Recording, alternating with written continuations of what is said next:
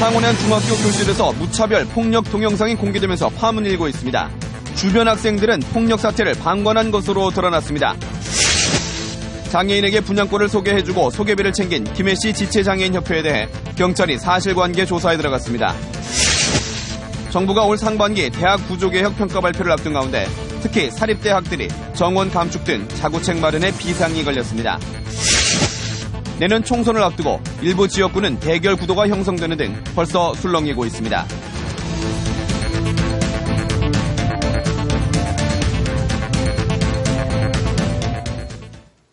안녕하십니까. 이어서 경남 소식입니다. 중학교 교실 안에서 남학생이 동급생을 무차별 폭행하는 영상이 KBS 뉴스를 통해 공개되면서 파문이 일고 있습니다. 그런데 주변 학생들은 폭행당하는 친구를 보면서도 가만히 서서 구경만 하고 있어 더 큰 충격을 주고 있습니다. 김소연 기자의 보도입니다. 중학교 3학년 교실 안. 옆반에서 온 남학생이 동급생의 얼굴을 마구 때립니다.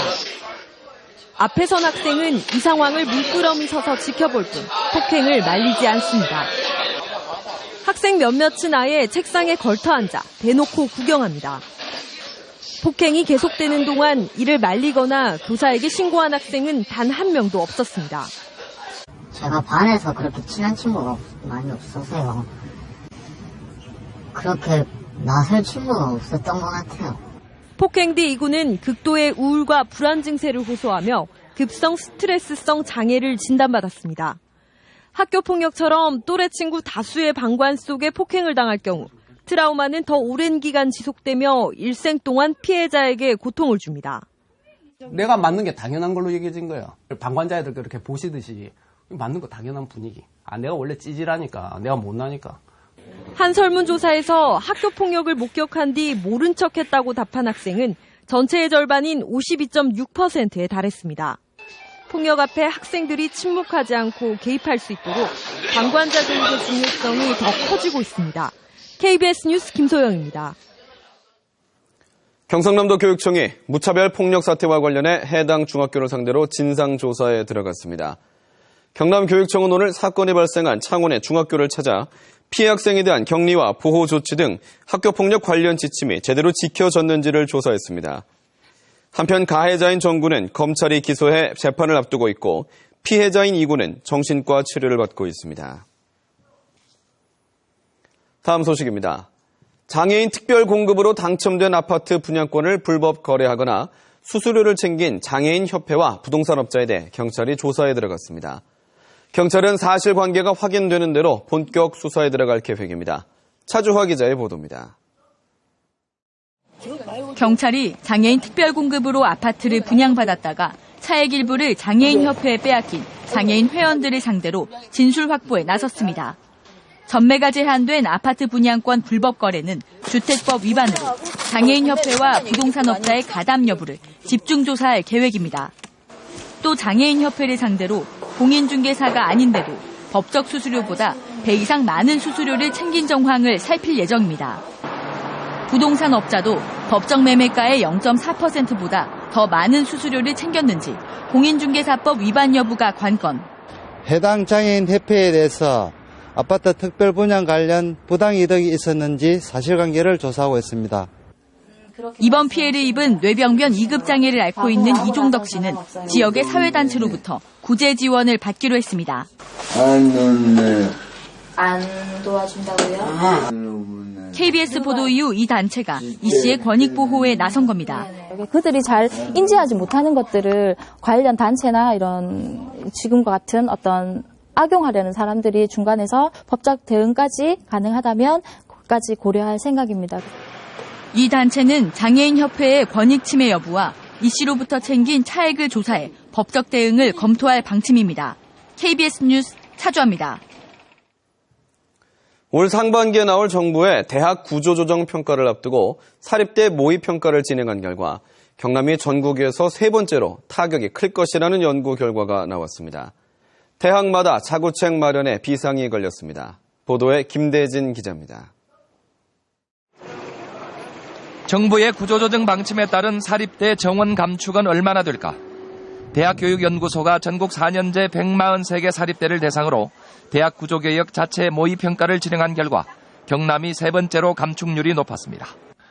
부산이 41.2%로 가장 높고 대전 40.7, 경남 40.6, 전북 40.2%로 4개 시도가 40%를 넘은 반면 서울과 인천은 20%대로 가장 낮아 수도권과 지방의 격차가 더 커진다는 분석입니다.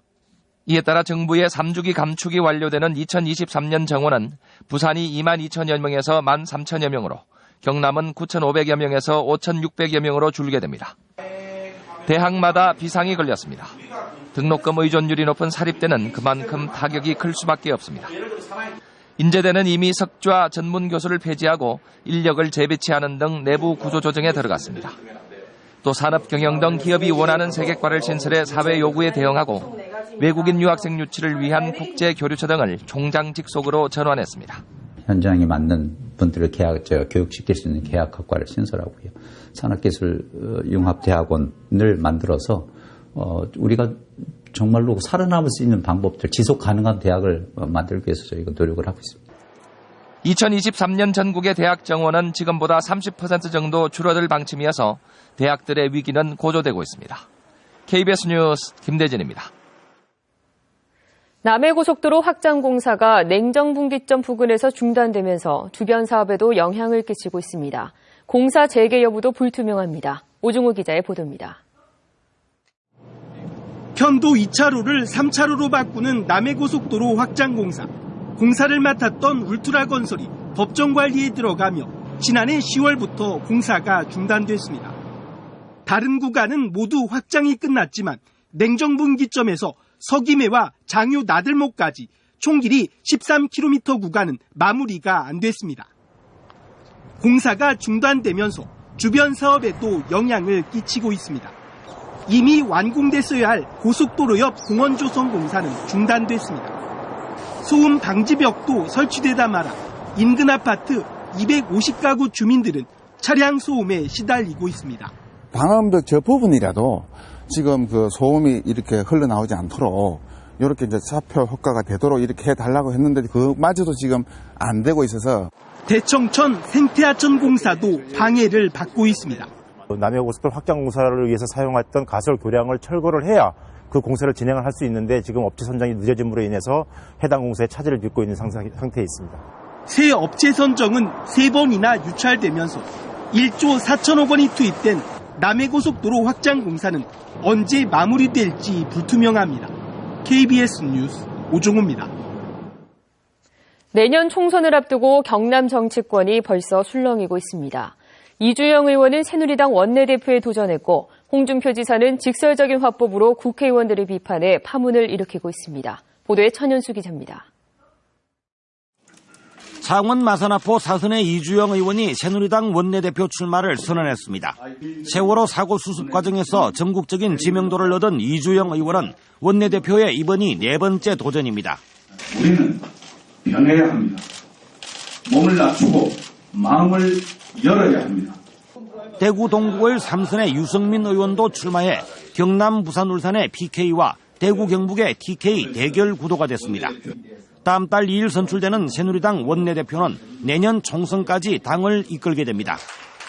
홍준표 경남지사는 경남 정치권과 갈등이 커지고 있습니다. 남부 내륙철도 노선과 경남도청 서부청사를 두고 진주 김재경, 박대출 의원을 직설적인 화법으로 비난했습니다. 경상남도 국회의원들이 노선 가지고 저끼리 택과인 싸움을 벌리니까 여기서는 대선 공약을 하지도 못했어요.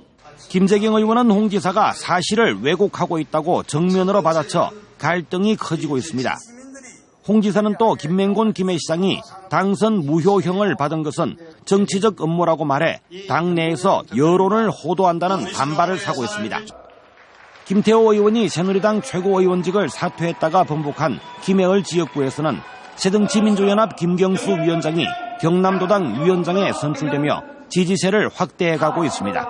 KBS 뉴스 천현수입니다. 다음은 저희 KBS 창원방송총국에 이웃돕기 성금을 보내주신 분들입니다. 창원시 한일 전산 여자고등학교 학생과 교직원 여러분 336만 4,300원, 경남 신용보증재단 조기호 이사장과 직원 여러분 103만 5천 원, 김해시 진영산업 박우식 대표 100만 원, 통영시 경일디젤 청경택 대표께서 100만 원을 보내주셨습니다. 창원시 의창구 북면 유영 정종진 씨 100만 원, 대한불교 조계종 무학산 서학사 신도 여러분 30만 원, 의령교육청 직원 여러분 30만 원, 거창군 북상면 새마을협의회 회원 여러분께서 30만 원을 맡겨주셨습니다. 성금을 보내주신 분들께 감사드립니다.